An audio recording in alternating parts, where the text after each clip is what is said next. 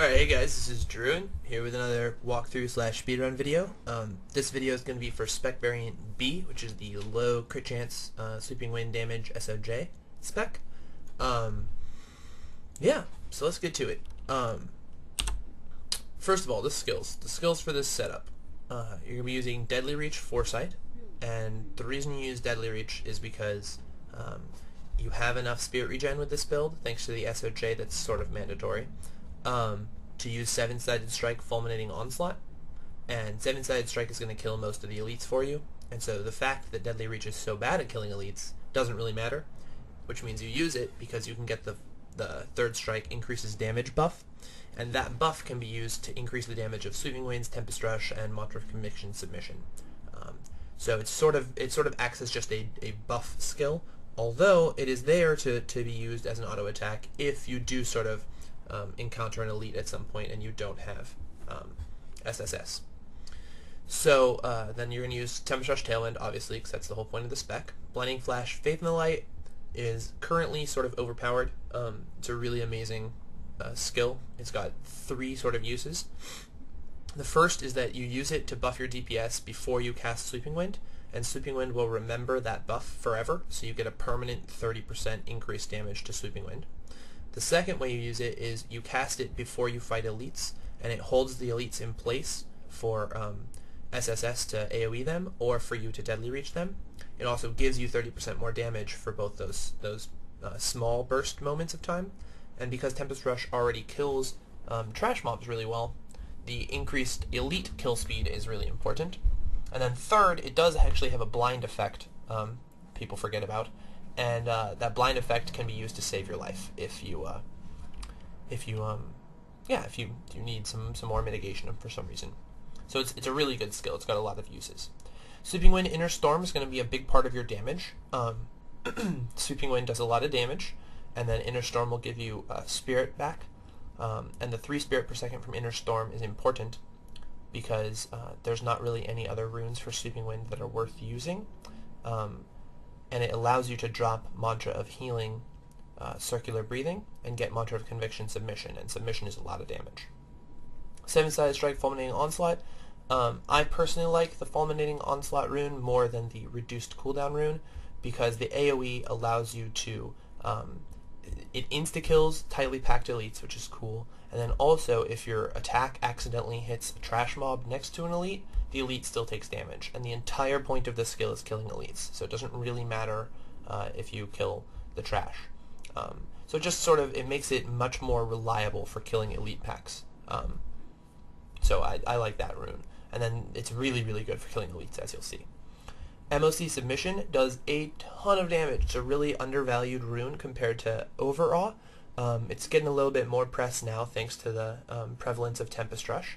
But basically, the way that it works is Submission pulses damage to everything in range of Mantra of Conviction. And the range on Mantra of Conviction is 20 yards, which is huge. And so the pulse on Submission is really, really long range, and it ends up doing more damage as you're moving than Overawe adds to your Inner Storm, to your Sweeping Winds. So it's a really, really good rune, and you'll see it kills trash really well.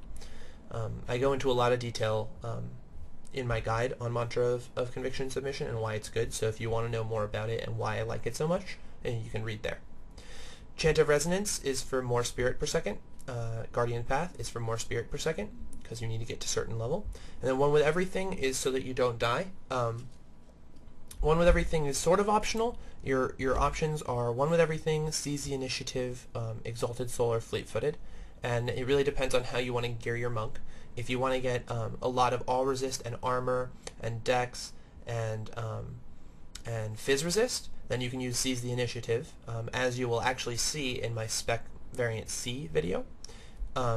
And then if you want to use a little bit less spirit regen per second, so for instance, let's say you get a lower end Ina's hat and a lower end SOJ, both have only 1 spirit regen per second, you're probably going to want to use Exalted Soul, but the only way you can do that is if you have enough resists to not use One with Everything, so you do need to get some all resist gear. Fleet-footed would be for people who have better gear. So you have more all-resist gear, you have more VIT, you don't mind not dying, and you have a little bit more DPS, say 110, 120k DPS, you can drop one with everything for fleet-footed, and that's sort of an end game goal that people should have, is to try and get to the point where you can drop one with everything for fleet-footed. But you should keep in mind that you do need more DPS as well as more resists, because moving faster means you do less damage, and so you actually won't get higher XP per hour by just using fleet-footed. You have to have enough damage to still one-shot mobs when you run through them. Okay, so let's take a look at the gear. This spec exists because a lot of people don't want to get to the 42% crit mark for Sweeping Wind Cyclone. So with this spec, I'm sitting at 33.5% crit, which is really easy to get to as a monk. I have no crit chance on my Hellfire. I've got lower crit chance than I could on a lot of pieces. So if you don't want to get all that crit chance, and you don't want to get a crit chance, a Tempest Rush crit chance SOJ, then this build is pretty good because it doesn't require crit chance, just DPS. You can see that I do have about 100,000 DPS, 99,000 here. That's pretty recommended. If you're not going to aim for super high crit chance, you should be able to get to about 100,000 DPS pretty cheap. I bought all this gear for under 25 million, including all the gems, so I know it's possible. You do have to do a little bit of searching, but it is definitely possible. So I use a Scorn with life on kill, and that life on kill stat, so life after each kill, is the only sustain stat for the whole build. So the only health you ever gain is from that, and health globes, although there's no pickup radius. So if you are going to make this, I would highly recommend getting pickup radius. This belt has 39 vit, and I would recommend getting pickup radius instead. That being said, I did not have enough money in my budget, so I didn't. So Scorn's going to be, all your damage. It does tons and tons of damage, a very high DPS weapon. It's also very slow, so it allows you to Tempest Rush very well, without spending too much spirit. So everybody should use Scorn. I think life on kill is the best sustain stat for this build, aside from lifesteal. If you can get a lifesteal Scorn, it's better, but they're far more expensive. Sweeping Wind damage SOJ. So this is the linchpin to this build. If you can't get a Sweeping Wind damage SOJ, I really don't recommend going this build. I would look at Spec Variant C. Spec Variant C doesn't require an SOJ or a Zephyrin amulet, and it's a really good choice for people who are sort of making the switch from a different spec. That being said, Sweeping Wind damage SOJs are overpriced all the time on the auction house, so I would recommend searching for one. 6% is fine. It should have above 1.5 spirit per second, but even if it doesn't, it's still worth using. So search for them, and then just hit refresh all the time, like over and over again, and eventually one will be posted. One day, 12 hours, it'll be like 4 million gold, which is what I got this one for. And then you buy it, and then you can make the whole build based on that. This is the only item that's hard to come by for cheap that is required for this build. Everything else is actually pretty easy to get. But this is required. You do need the SOJ. If you don't have the SOJ, you will not have enough spirit regen per second to use SSS. So it is important. For gloves, these are just kind of whatever. Rare gloves. Vit, dex, got some crit damage. Cool thing, because you're not looking for maximum crit chance with this build, you can get lower crit chance gloves. So I have 9%, you could even go as low as 8%, and that really opens up the possibility for lots of other stats like Vit, like crit hit damage, stuff like that. The difference between an 8% crit glove and a 10% crit glove in cost is staggering. They're so much more expensive. So you really benefit price-wise from dropping a little bit of crit here. Vial Ward, I mean, it's pretty straightforward. These are the best shoulders in the game. Everybody should use them. They have so many good stats. There's really no reason not to use them. And I think they got these for 1 million, so they're pretty cheap. 4-piece Innas is the next step. As for the... one sec. Get a little dry. As for the Innas hat, you are going to need 1.9 or more spirit per second. It's the only required stat on the hat. I did get Fizz Resist. I think I sniped this at like a 4 million bid. Felt pretty good about it. And it's another one of those things where you just gotta search on the auction house. If you don't get 1.9 plus spirit per second, it's very hard to make this build work. I do recommend getting that. For the chest, I just went Fizz Resist. Kind of bought whatever was cheapest. For the belt, I went Vit, bought whatever was cheapest. Strength is good because it gives armor, so it is actually a useful stat. It's not wonderful. I wouldn't search for it, but it's not non-useful. Fizz resist on the pants, same thing. On the pants, you do want to get 8% increased attack speed instead of 9%, which is counterintuitive for most monks, and it's because you spend less spirit if you have less attack speed. So it'll actually save you money. For boots, I went with Zunamasa's boots. These are my favorite boots in the game, bar none. They're awesome. I think they look really good, which is cool. And then yeah, they do a lot of damage. The 7% poison damage is pretty huge. It's like a 7% increased damage buff. I think I got these for 2 mil maybe. They come with Vit naturally. You can get your single resist on them. You can get 150 dex on them, no problem. I really like these boots. I recommend them very highly. For your Ami, you're basically doing the same thing as the gloves. Because you don't need 10% crit, 9.5% crit, you can drop a bunch of crit chance here and instead get some really high dex numbers, some good crit hit damage numbers. This will help you get your DPS up there. Rare Ami's fine. You don't need anything special. I went with rare bracers here because I was running pretty low on Vit and I had a budget, and so I got some Vit dex. Another good bracers is strong arm bracers, like these, which you can get for really cheap. They have a lot of dex on them. They've got good crit, and they've got armor and percent life. So if you can get some single stat or single resist strong arm bracers, they're pretty good too. So rare strong arm. And then this is the Hellfire ring I use. I think it's a middle of the road Hellfire ring. It doesn't have fantastic stats, but it doesn't have terrible stats. I would recommend farming Hellfire rings until you get a Hellfire ring that's approximately this good. It obviously won't have these stats, but it'll be approximately this good. The 60 fizz resist is pretty high. It's part of why I went fizz resist as my single stat or single resist. I would really, really recommend farming your Hellfire ring before you make your TR set, because it'll really help guide you in what to do. So I got this Hellfire ring and saw 60 fizz resist and was like, okay, cool. Now I'll make a fizz resist TR set. So there we go. It doesn't have any crit chance, which is bad, but it's okay, especially for this setup, because you don't need very high crit chance. Alright, so that's all the gear and all the spec. And so yeah, you're sort of sitting at 474 all resist, which it's enough, but it's low. It's too low to live through Fallen Maniacs. So 25,000 health and 474 all resist is too low to live through a Fallen Maniac. So ideally, you'd have more. You'd have maybe 28,000, 29,000 life, or 550, something like that. All resist. I don't know exactly what's required to live through Fallen Maniac. You'd have to test. So that's ideal, is to get something like that. But this is enough to live through everything else, as I will show you. As you can see, the only sustain stat is life per kill. No life steal, no life on hit. I do have bonus health globes, but no pickup.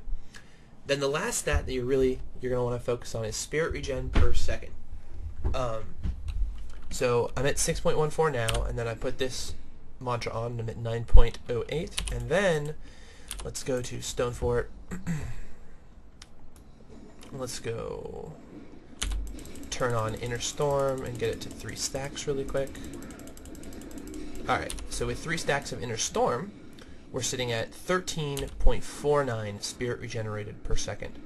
And we have an attack speed of 1.08. And what that means is that I lose 10.8% spirit per second when Tempest Rushing, right? And then I gain 13.49 per second.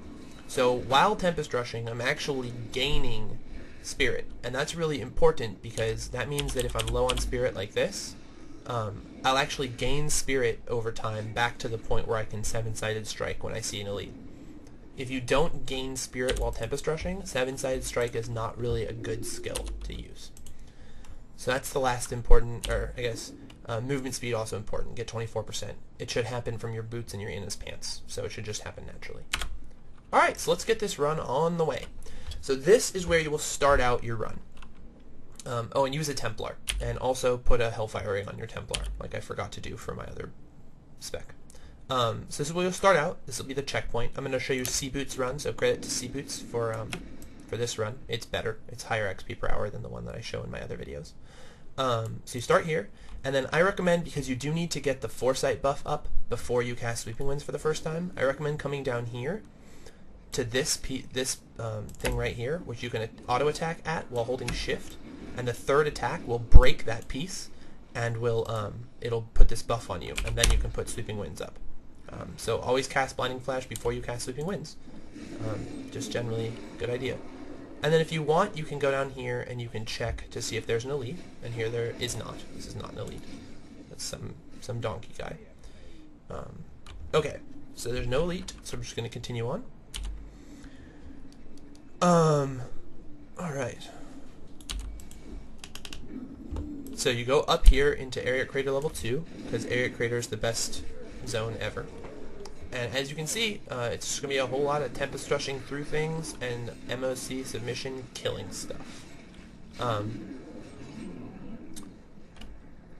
You're pretty much going to want to try and avoid using Deadly Reach unless you're refreshing the buff or you're fighting an elite and your 7-sided strikes is down. Light and Shrines are the best shrines because they give more XP with no downside. Both Fleeting Shrines and Frenzy Shrines should be avoided because they give a bonus, quote-unquote, which is increased attack speed or increased movement speed. But both of those things come with drawbacks. The increased attack speed makes Tempest Rush cost more, and that's really not efficient because you need 7-sided strike. And so you gain a little bit of DPS, but you lose the ability to 7-sided strike. So here's our first elite. So what we're going to do is we're just going to get them grouped up, and then Blinding Flash, 7-sided strike. And see, right there was the worst. That was the worst that can happen, where 7-sided strike hit a lot of other things. It didn't hit the guy we wanted it to hit. So then we had to resort to hitting things with Deadly Reach, and it's terrible. It was terrible. So we'll continue on. You are invincible while 7-sided striking, so it's a good way to not die to reflex mobs. So here's a reflex mob and 7-sided strikes on cooldown, and I don't have potion up. So this is basically just a run away situation. And wait till 7-sided strikes up, and then Blinding Flash, 7-sided strike. Boom! Yeah, like, there's no way that I was going to live if I had stopped to attack those mobs. Molten does a lot of damage, Reflex does a lot of damage, I have no sustain, so sometimes you just gotta kite. Hopefully these guys don't. Nope, they do. Awesome. Oh, they don't. I just got hit by this. So there's a trap that I activated, and it killed me. Which sucks, but, you know, sometimes that's what happens. Ugh, my god. There we go. Get the Foresight buff up. Get Inner Storm going. Gotta get it to 3 before you have infinite Tempest Rush. So for now you're actually losing Spirit per second. So this is a good example of what can happen when you don't have... oh, that's really annoying. When you don't have 7-sided strike up. If you fight too many elites in a row, it can definitely be a problem. It's one of the downsides to this build, and it's something you just gotta kind of get used to. You gotta play really cautiously when you don't have 7-sided strike up to do your killing for you. So right now, I do have 7-sided strike up, so I'm gonna kill all these guys, because bam! Always pick up rings. They have one of the highest values. Amulets have the highest value, but rings have the second highest value of all the different types of rares. Alright, back in business. For big guys, you should be able to kill them before they knock you back like that, if you play it correctly. It's sort of up to you to try and figure out, you know, which big guys are worth killing and which aren't. So 7-sided strike is up, so I'm gonna Blinding Flash and then 7-sided strike, and they all die. Good stuff. So as you can see, I have 4 stacks of Nephilim Valor, which means this is a pretty good Area Crater, and I'm about to get instantly to 5 stacks. So I don't have 7-sided strikes up, and they don't have reflex damage, so I just tank them and attack them with Deadly Reach. Those guys had Health Link, and guys who have Health Link are especially good to AoE, because they share all the damage. Alright, so these guys do have Reflex, so 7-sided strike, boom, get them all dead. It's going pretty well, actually. This would be a very high XP per hour run if I hadn't died, and I wasn't taking tons of time to talk. Empowered Shrines are the second best kind of shrine, because what you can do once you get an Empowered Shrine is you have so much spirit regen. I'll show you. You have 22.67 spirit regen, which means while you're running around, you can actually just activate Mantra of Conviction, and then when you get back to full, you can activate it again. So every time I get into a big pack of mobs, I'm going to be MOCing. It also reduces the cooldown, so I'm actually casting MOC here. I'm trying to clear some of the trash away, because I want to 7-sided strike these guys. So here we go. Boom, I cleared enough of the trash, 7-sided strike. Still didn't kill them. Jeez. So those guys were just too spread out for 7-sided strike to really do its job. And Illusionist also makes 7-sided strike worse. But you can cast MOC while Tempest Rushing if you have an Empowered Shrine, which is pretty cool. It's just like a little bit of added damage. Because, I mean, it's an additional 12%, so. So I'm not going to take Fleeting Shrine, because it is actually worse than having not Fleeting Shrine. Because if you run faster, you spend less time like monsters spend less time in the area of effect of your skills, and so you actually end up doing less damage. Oh, my Stone of Jordan sold. Hallelujah! I hope it was my Legacy Stone of Jordan for 100 million gold. That would be great. So now you go back before you get to Fields. And the reason you do that is because Fields of Slaughter is too spread out to be worthwhile. I'm going to repair because I can't stand that thing being there. Then you go to Keep Depth level 1, and this table to the upper left of us is another combustible, so you attack away from the table so that you don't break it on the first 2 attacks. So you go attack, attack, and then click, and it'll give you a Foresight buff, and then you buff with Blinding Flash, turn on Sleeping Winds, and then you're good to go. You can get back on it. So this zone requires by far the most concentration for this spec, because you will die in one hit to Fallen Maniacs. So you have to spend a lot of time trying to make sure that Fallen Maniacs aren't in range to kill you. Thankfully, Mantra of Conviction Submission has a much larger range than Fallen Maniacs do, and it takes them at the very, very least 2 seconds to like warm up or become active. So I'm trying to get these guys grouped. That was not worth it. Oh well. And so you have a little bit of time before they actually are primed to explode, where you can run into them. And your Sweeping Winds and MOC do so much damage that if in this time you can kill them, so there, I just killed most of them. Now there's one who's still active, and he will explode. So I just sort of kited away from him, and then Mantra of Conviction killed it. So you generally want to take the first second or so you see Fallen Maniacs to run into them, and then after that, you need to run away from them. Because if they explode, they'll kill you, and it sucks. Boom! Such a good feeling.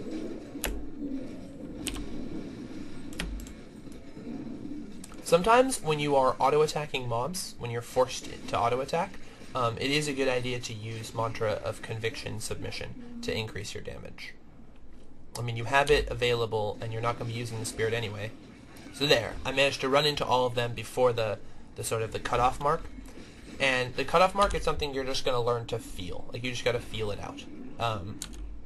Once you die enough from Fallen Maniacs, I assure you, it will become easy to know. You'll just get it down. And so I do fairly rarely die from Fallen Maniacs. So run into all of them, they're all dead. One's back there, but slow thanks to Tempest Rush, so it probably won't even catch up to me. And if it does, I'll be running away from it anyway, so it'll probably just die to my Mantra of Conviction.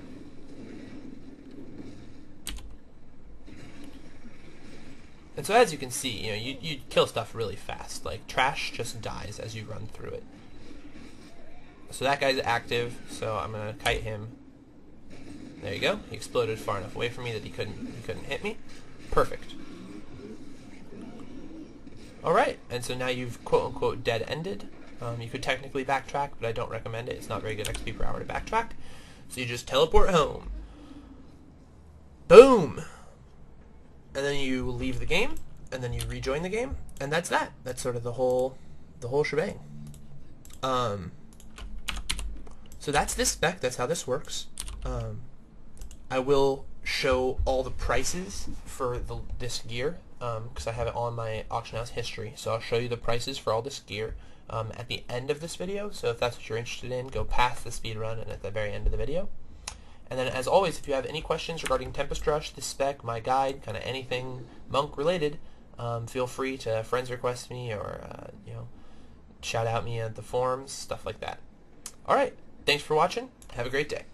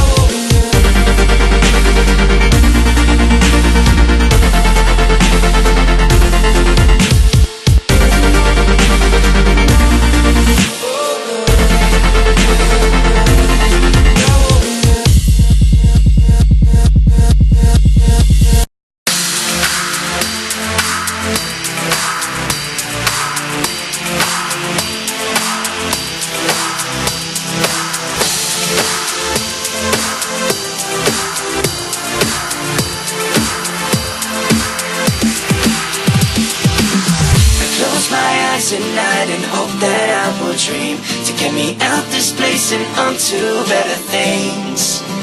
Because I tried so hard and got so far to let this slip away, and I refuse to let someone put out my flame. You gotta try much harder, hold me underwater, and you can make it darker, 'cause I will burn it all up, 'cause I'm a fire starter.